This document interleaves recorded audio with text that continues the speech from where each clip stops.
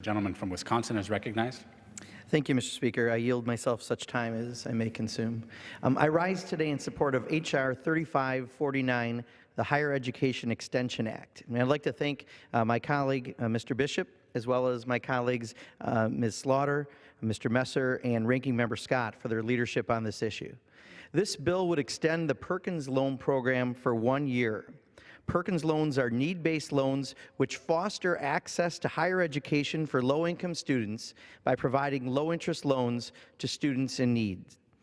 Colleges and universities tailor the program to best fit borrowers and educational institutions' situations.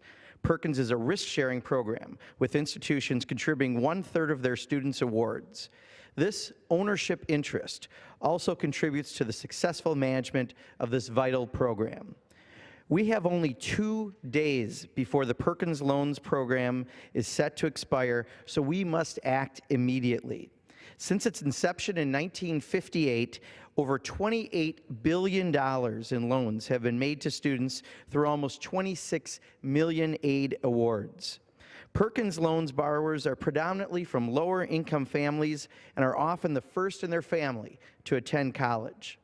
Perkins Loans have a set interest of 5%, which begins to accrue 9 months after the borrower ceases to be a student. However, this program has not been reauthorized since 2009 fiscal year. Besides making higher education accessible for low-income students, this program serves as an incentive for people who wish to go into public service by offering targeted loan cancellations for specific progression in areas of national need, including teaching, nursing, and law enforcement. Earlier this year, I introduced a bipartisan resolution in support of the Perkins Loans with Congressman Messer of Indiana, H. Resolution 294, with 56 co-sponsors. My colleague, Representative Louise Slaughter, a leader on this issue, authored a letter with more than 90 bipartisan signatures in support of this important program. And over 33 groups in higher educational institutions have supported this bill's reauthorization. Bottom line, the Perkins Loans program has helped millions of students and families struggling to find a way to pay for college.